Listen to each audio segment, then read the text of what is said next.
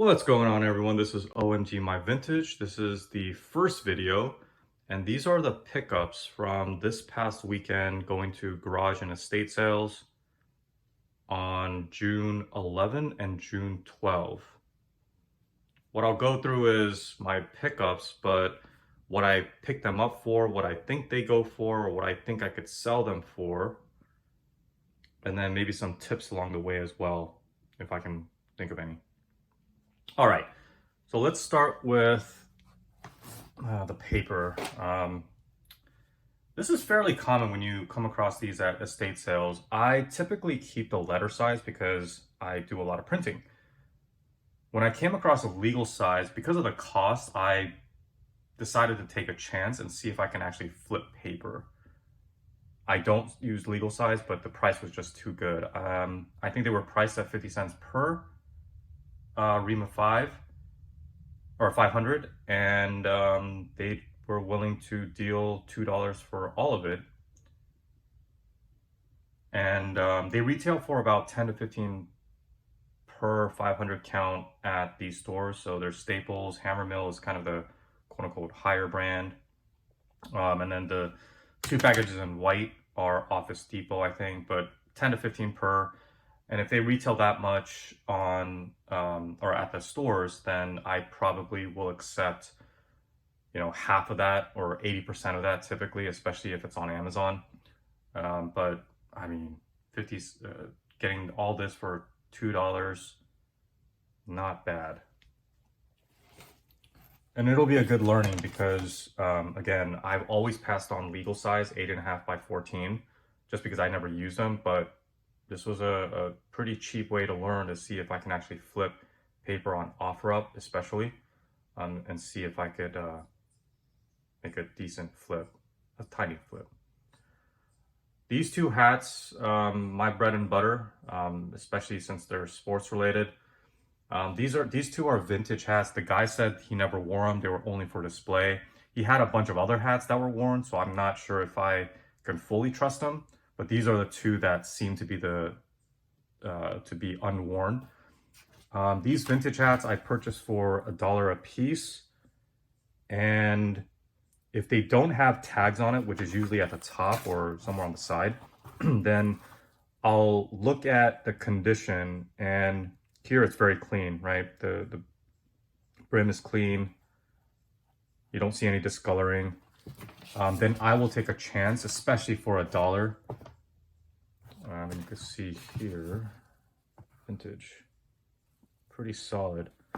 These hats go for about, if you're lucky, maybe up to 20, but typically about 10 to 15 is what you should expect. If it's some of the newer hats from New Era, for example, I typically go or have sold those hats for between 8 to 15 on the high side. For something like this, no tags, I would expect $10 minimum. Realistically, maybe 15, but it's not bad. All right, let's start with this headset. Pretty straightforward. This is actually one of the newer ones, and the way you can tell is just that Logitech logo. That's of the recent logo update. Brand new in box, never used, never opened. I got this for $1 as part of a bundle, and on Amazon this goes for, I think, 20 to 25, maybe up to 30. I'm pretty sure it's one of those highly rated ones, but for $1, not bad. And if they retail for, let's say, $25 on Amazon, then I would expect about 80% of that. But for $1, I mean, I'm not going to try to be greedy and try to squeeze every dollar out of this. I mean, even if I flip it for 10, I'd obviously be happy. All right, these two toys, this is more of a lesson learned, but I took a chance on Dragon Ball Z just because I'm a huge fan of Dragon Ball. I do have kind of a childhood collection of Dragon Ball Z books and toys and all trading cards, all that stuff. This Tarzan, I took a chance on it because I don't know why. They were $1 for the pair. You'll come across these toys a lot, especially from McDonald's, and they're usually sealed, especially the Beanie Babies one. From my experience, they don't sell at all, especially the Beanie Babies from McDonald's. They don't sell at all. So whenever I come across those are an automatic pass. This was just something that I haven't really seen before in a estate sale, and I decided to take a chance. This might be one that I eventually donate, especially if it sits around for more than a month. This Dragon Ball Z, I've never seen this before. You can see it's from Burger King.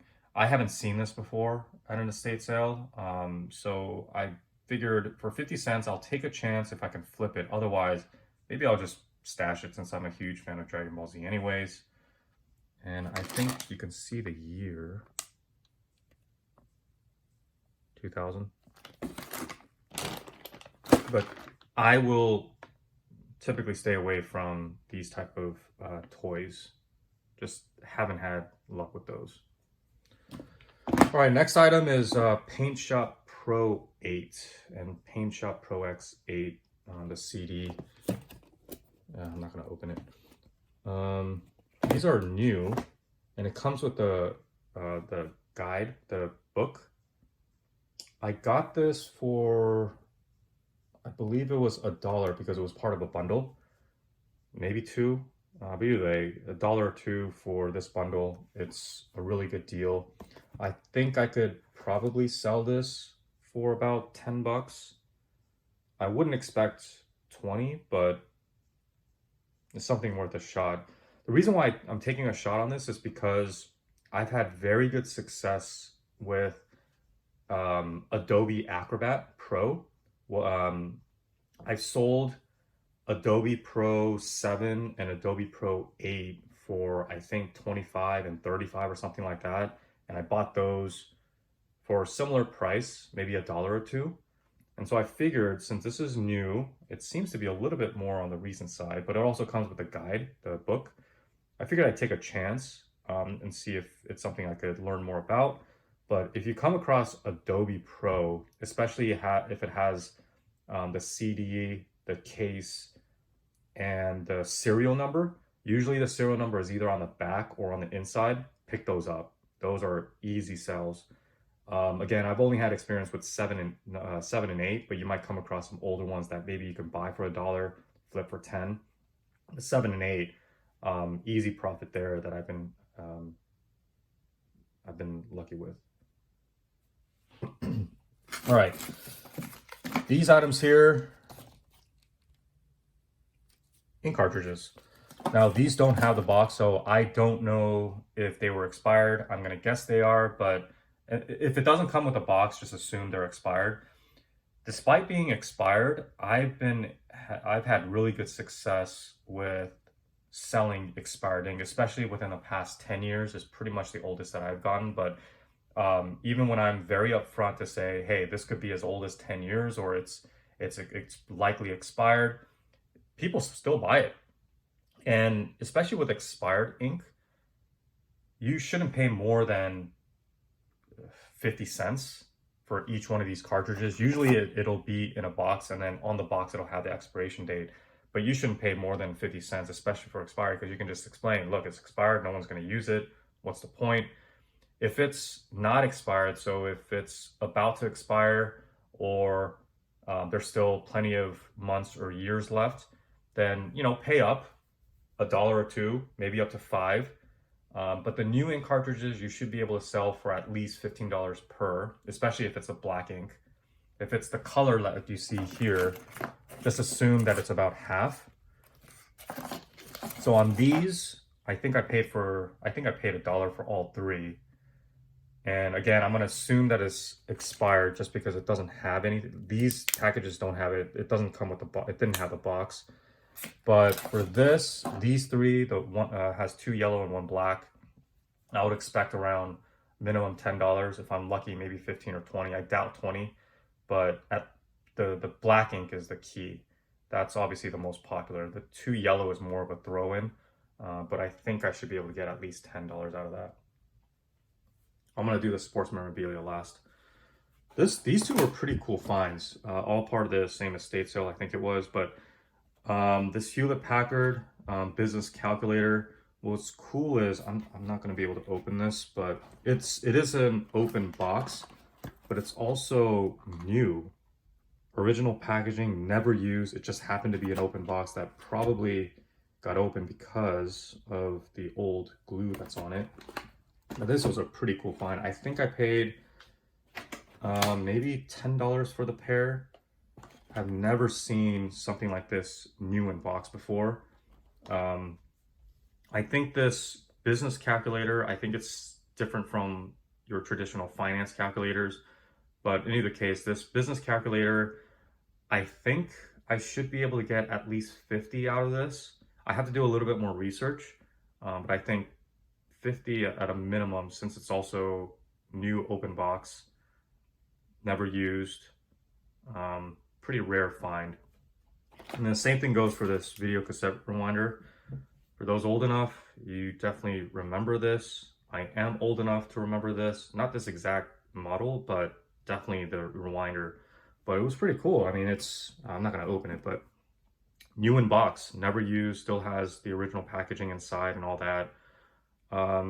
Again, for these two, I bought it for $10 for the pair. I think I should be able to get also $50 minimum. We'll see. I could be completely off, but it was worth the gamble just because it was new, considered vintage. I'm gonna do the sports memorabilia last. All right, the last non-memorabilia piece here is, I'm gonna butcher the pronunciation, but I'm gonna give it a shot. Ermenegildo Zegna. Ermenegildo Zegna. This, I think, I'm pretty sure, was given away once, or actually it says it, given away once you bought a bunch of perfume or something like that. But brand new, never used. As you can see, pretty large duffel bag. You can see, I got this for $3 only because of the brand. When I looked it up, this exact duffel bag as a giveaway, I think, as part of a purchase, goes for, I think, $30.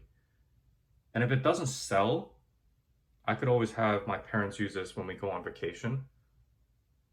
More of like one of those beat up bags with a nice brand on it, but that's the only reason why I picked it up. I typically don't pick up things like this, but if it does have a brand name on it, I'll take a second look.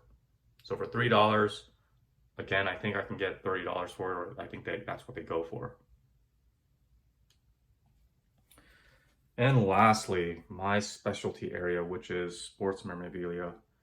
So the two full-size helmets, the two mini helmets, and the jersey I bought for $350. So the Elway, the two helmets were $100 a piece, and then because of the sale, or the second day I think that I went, they were able to cut me a bulk deal and sell these to me for $25 a piece, and that's how I was able to make a $350 deal. When it comes to sports memorabilia, there's a lot of things that you need to look out for. The biggest thing that, unless you're an expert by looking at these autographs right away, you need to be able to see what kind of COA or certificate of authenticity it has. For these items, they were not ones that I'm too familiar with. You can see the company. When it comes to these COAs, there is a list. If you Google something like COA legit list, or COA eBay list, or COA FBI list, there is a list of non-reputable COA companies, or companies that provide authentication letters, that have been banned and you can't sell on eBay.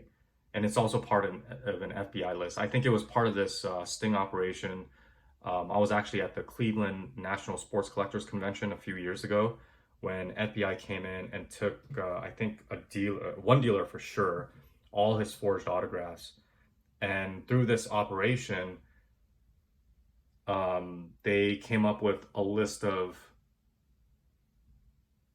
COA companies that uh, were considered unethical or fake. So when I looked this company up, I didn't see it on the list, so I figured it was worth the gamble. And for the price, I was willing to gamble. So what I'm gonna do is I am going to there's a Chicago there's a sports show in Chicago this weekend. And at the show, there's going to be some authenticators, some well-known authenticators. I don't know if PSA will be there, but I know Beckett Authentication Services, or BAS, will be there. JSA will be there. And so I'm going to pay minimum $20 per autograph to get it re-authenticated. But just based on a closer look at these signatures, it seemed to be legit, but we'll find out. And to go through these pieces real quick, John David Crow, Pat Sullivan. I mean, this guy had a bunch of former Heisman winning player autographs on mini helmets. I bought the two that were deceased Heisman winners. So John David Crow, you can see there, 57 Heisman. Pat Sullivan, you can see their inscription. And I've never really come across their autographs a lot. I mean, they're not the most popular, but at $25 a piece, I think it was worth it.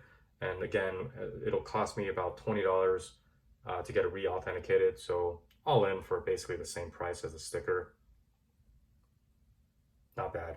I think, I don't know what these would go for. There's been some crazy prices that I don't really believe on eBay, but I think I should be able to get maybe 75, 100 once if it gets, if it comes back as, I guess, re-authentic by the more reputable companies in either Beckett, JSA, and if PSA is there, PSA. If I had to choose out of the three, I would choose PSA, but all three are very reputable. And then as for the helmets, for those that don't know, this is actually a little bit more straightforward, I think. That's Terrell Davis. And this, some of you definitely will not know, is Bruce Smith, probably the top 3 defensive backs in NFL history. You can see what I paid, what the original sticker was on the Terrell Davis, $175. The 2 helmets were $175 each. This jersey was also $175. But again, as part of this bulk deal and sale, as part of the second day, they were able to give it to me for $100 a piece. But the Terrell Davis is pretty cool because it's a full-size helmet, and it also has the original tags, which I absolutely love. And this is really old school. What I can't tell is whether this is an authentic helmet or a replica. I can't really tell. It's pretty heavy. But it doesn't matter. Full-size helmet is a full-size helmet in my opinion. Same thing goes for this Bruce Smith autograph. Has the original tags, which I absolutely love to see. This person also had a bunch of other full-size helmets. Warren Moon, Chris Winkie, I think. There were some other ones. A faded Emmitt Smith autograph, full-size helmet. But I basically bought the 2 that had the original tags, and also just based on recent sales, I think once I get it re-authenticated, hopefully it comes back again as legit, I should be able to get minimum $250 per. But again, I took a gamble. The Bruce Smith Bill's autograph did not come with one of these COAs, but given the consistency of all the COAs that this person had, I'm guessing it came from the same company. They maybe just lost it since it's been forever. since they actually got it autographed. You can see the year for some of these, right? And also, when I looked at the autograph, I'm not an autograph expert, but when I was comparing autographs, it seemed legit. I mean, these are the type of autographs that's fairly difficult to forge. But again, that's why I'm not going to make an assumption, and I'm going to get it re-authenticated. Despite these being full-size helmets versus mini helmets, they're going to cost the same. It's all about the player and how much they charge. Elway is the most expensive at $30. All the others will be about $20 a piece. This Elway jersey, I absolutely love. I mean, it's great that it's John Elway, right? But as someone who has bought a bunch of jerseys in the past, this is it's an old school jersey, vintage. Still has the original tags, which I absolutely love. And then if I can show, pretty cool. They had some other jerseys as well, but they went first day. They had a framed Dan Marino, framed Joe Montana autograph jersey, but they went first day for about $200, $250 right away.